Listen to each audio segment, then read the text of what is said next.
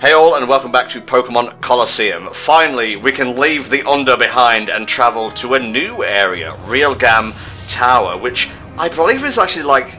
Is this Endgame Flame? Yes, this is the final place we'll be visiting throughout the main story. There are more places that we'll see in the post-game, but like this is Endgame now.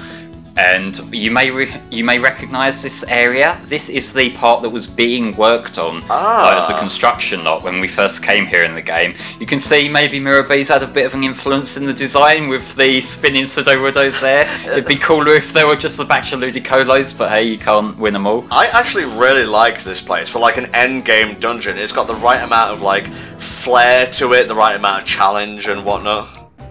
Yes, but what we're going to be doing before we get to much of the new stuff here, we have 4 Cipher admins who we've beat and who want a little bit of revenge. Ooh. So we'll see how this goes down. And what I will say, a bit of a disappointment here in terms of Miror B's battle. This is where they just use the Cipher admin theme for him. He doesn't have his peppy one, which is kind of a shame, but hey. Oh god. This is completely, like, dissonant now. It doesn't work. It is, it's like he's disco dancing to fucking intense battle music, really, isn't it? Was the music inside him all along and he just projected it through, like, pelvic thrusts and whatnot? Yeah, it's like, this is how you see the world, this is how Miror B sees the world, and it's just the same thing, just with the, like, dance music over, like, inappropriate situations. Yeah, Jesus. I mean, I have to say, it's quite a cool section and area, Realgam Tower. I would say, sort of, it works because it's clearly like the most opulent thing that you see throughout the entirety of the game. The whole ore region, yeah. Yeah, it's been very grungy, apart from Fenac City, really. But even then, Fenac was pretty, but it felt sort of pseudo-rural, whereas this is like very high-tech, very clean, crisp, posh. Because obviously you've got like marble checkerboard floor, you've got opulent rugs, you've got all these pillars and shiny things everywhere, and it is really quite cool. I'm just going to see if there's any sort of other fun things that I can get out of the Wikipedia page. I'm already there, Let me do the first one, you can do the rest. In the 5 years between Pokémon Colosseum and Pokémon XD, Realgam Tower has replaced Fenac Stadium as the preferred Colosseum for Fenac City citizens, causing the latter to be closed down. Aww. Oh, that sucks. Anyway, yes, so the name origin appears to be, so the Realgam is probably a corruption of the Spanish word real, which means royal, and game. Obviously, it's a reference to gaming facilities and so on and so forth. The name may also be taken from the word Realgar, which is probably slightly more accurate, to be fair. It's a type of sort of arsenic sulfide mineral or crystal, so it's also known as ruby sulfur or ruby of arsenic. And I mean, it looks quite a cool gem, actually. So it's an interesting one, yes. In terms of the other languages, the French call it Tour Titanite.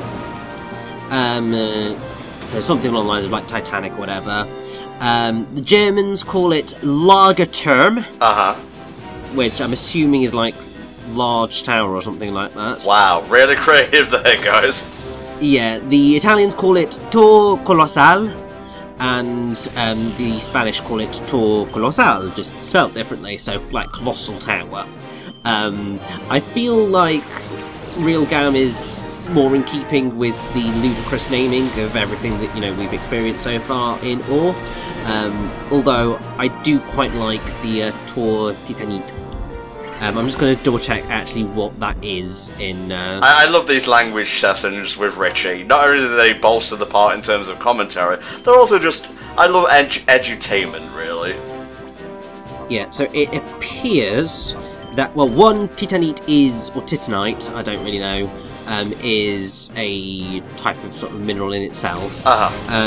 It appears that potentially it might be... titanium in French a little bit, or maybe not. It's a bit difficult to tell. But there is also a an actual mineral which is green, actually. Okay, cool. It's also called Sven. It's a calcium titanium nesosilicate mineral. Sort of looks emeraldy to me, which kind of then makes me disappointed that none of the other languages have a sapphire reference. Ooh. I mean, this place being all completely emerald green would A, be a Wizard of Oz reference, which is always dope, and B, just look actually pretty great, but I do love, like, they've gone for, like, the pure white accented with golds and whatnot, which I think really works. Oh, definitely. It's really great how they've built this really fancy new, like, resource for all these Pokemon battles and that, where Miror B's Pokemon will use Earthquake and knock the whole tower down in one swift move. Well, maybe they made it so the floors can be easily replaced, you know? They knew this was going to happen. It's in the building spec, it needs to be earthquake proof. Alright, I got a little bit of trivia for you here, again courtesy of Bulbapedia, thank you. Saviours of this playthrough, really. The statues in Realgam Tower correspond to the Shadow Pokemon owned by the 4 Cipher admins in Colosseum. Sudowoodo at the entrance, obviously, and then the 3 legendary dogs, Entei, Suicune and Raikou. Indeedy. The other thing that is actually probably worth noting is that if you weren't able to catch each of the admins' shadow Pokemons in your initial fight with them, you get a second chance here. Yes.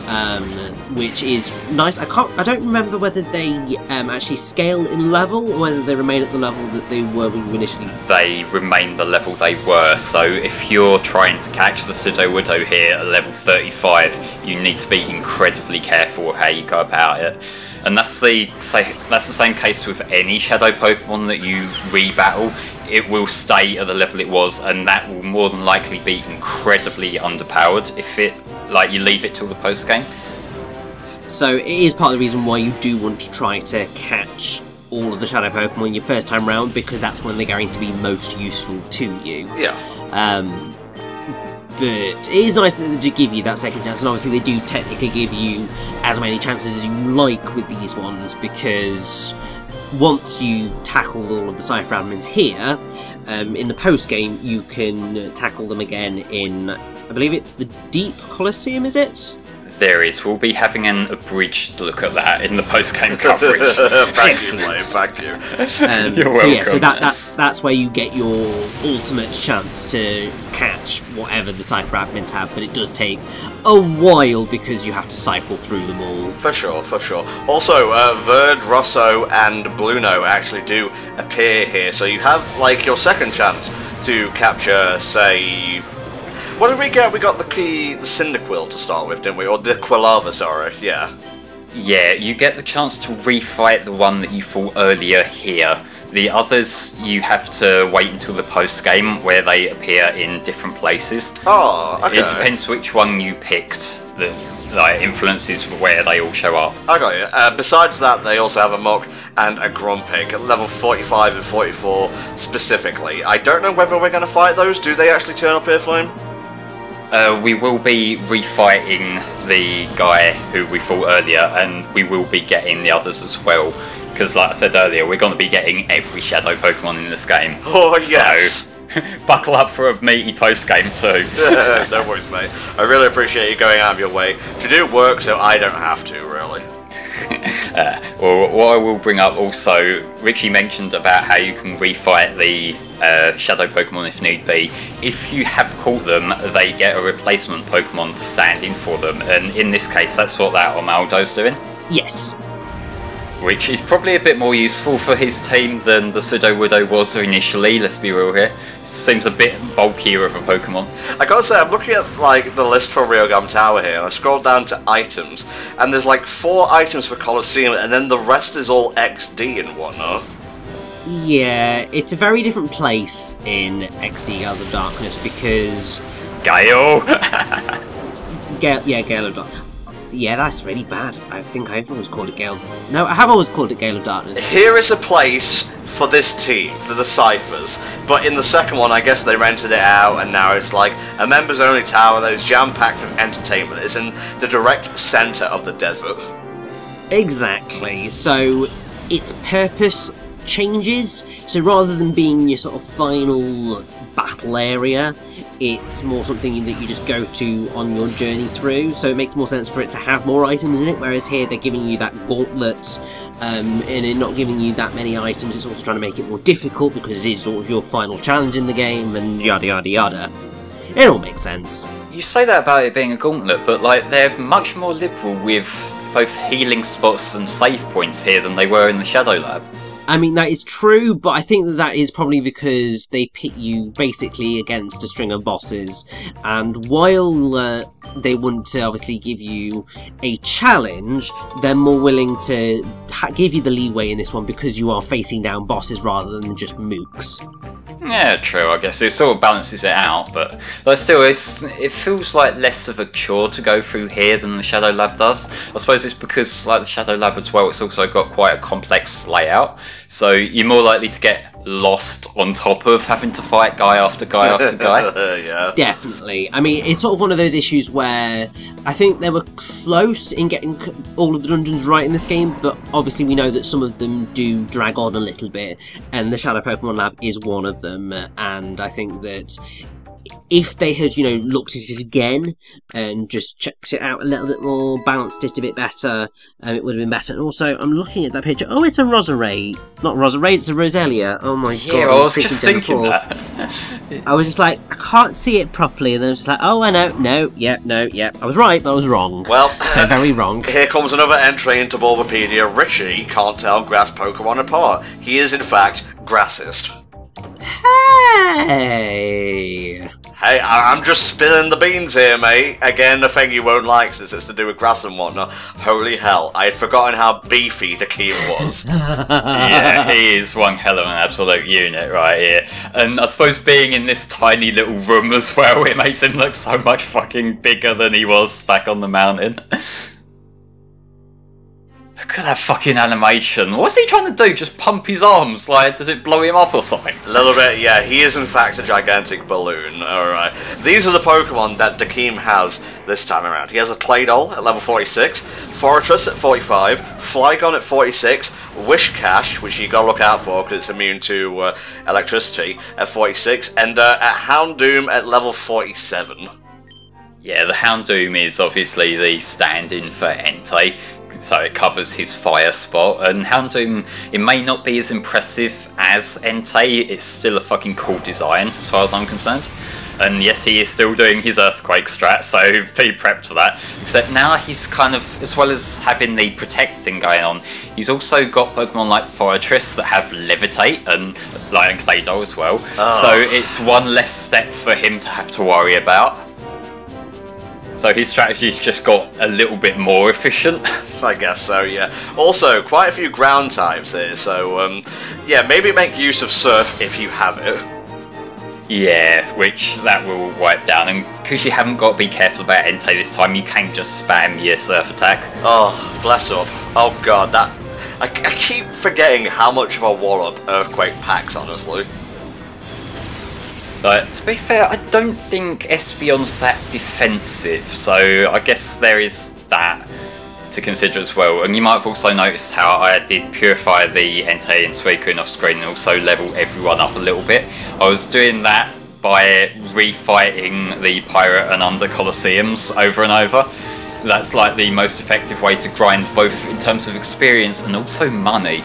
Because this game's economy, it's actually quite stingy. You don't really, given you're fighting so many trainer battles, you might not think it, but given you go through so many fucking Pokeballs in this game, you do, get through it much quicker than you might think. So I do actually end up having to grind the Colosseums just for the cash prizes to get more, Ultra Balls and Timer Balls. Yeah.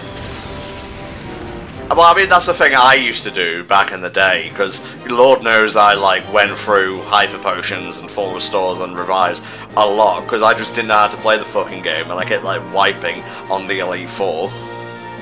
Well, that's why you level your Pokemon up, so they're at a competitive level, rather than having one powerful Pokemon and when he dies, you just got your HM slaves. I couldn't even spell competitive at that age, let alone pronounce it. I could, because I was a smarter kid. Just saying. I'm digging really deep for ways to be a petty little bitch, I know, but hey, fuck it. I deserve getting my intake knocked out. No, he didn't deserve it, you did. He'll be fine, I can heal him in the machine. Wow. I mean, that is a thing that happens, but when you describe it as like a soulless machine, it makes it seem a bit sinister. Well, I mean, like, this is the Pokemon University's equivalent to healthcare, so, like, is it really that different to, like, sitting in a boring waiting room to be grunted at by some nurse who hates your guts just for existing? I guess so. Just like put an OAP in a big spherical thing, obviously see-through with air holes in it, and then just like put it in the CAT scan machine, boom, done, you're out the door. No, you gotta put the patient in a Pokeball so it fits in the machine, that's how it works. Go, Grandma Tron! Grandma! Grandma! Oh god. Remember that episode of the anime that got, like, banned because Wishcast caused a lot of earthquakes and whatnot? Yes, that was because it was meant to... Well, it was meant to air, and then I think there were a bunch of earthquakes in Japan, and they're just like, no, this is not appropriate. It was a similar thing with what happened in the black and white arc of the anime, when they were going to be doing stuff with plasma, and I think that they were meant to like just end up destroying a city effectively, and they then decided not to air it because there'd been sort of either like a tsunami or an earthquake or something, which had just decimated cities. And I mean, I might be over-egging it and saying cities, but I know that it did do a lot of damage, and they just didn't think it was appropriate. And from what I recall, that basically ended up screwing over a lot of what they'd been working towards and all the arcs after that. So I think they had to do a lot of reworking to get everything back on track after that point, because they decided not to go with those episodes. You think they'd learn after a while just not to include anything earthquake specific, but you know, it'd be a bit of a boring series if you just capped earthquake at its core, I suppose. The most recent banned episode actually is called Ash and Persimmon Friendly Touchdown, and if you don't know, Persimmon is a Gen 7 Pokemon. It's like, what kind of monkey would you describe it as, Richie? I am honestly not sure, and I do not have enough time, I believe, to figure it out. Okay, well the point of it is Ash basically puts like mud or paint on his face to try and blend in with them, and it looks a bit like blackface. So that's why that episode got pulled. Yeah, that's the kind of thing that just doesn't translate internationally that well. No, it doesn't. And don't even try and start with, oh, it's just Ganguro. No, it's not. You know exactly what you were doing. It's a lemur. There you go. Of course, with the tail and the thing and the stuff. I should know these things, but I don't, alas. It knows how to move it, that's the important part. God, that song is just ruined forever by association. Whatever, guys. We'll see you next time for more Pokemon. Bye for now.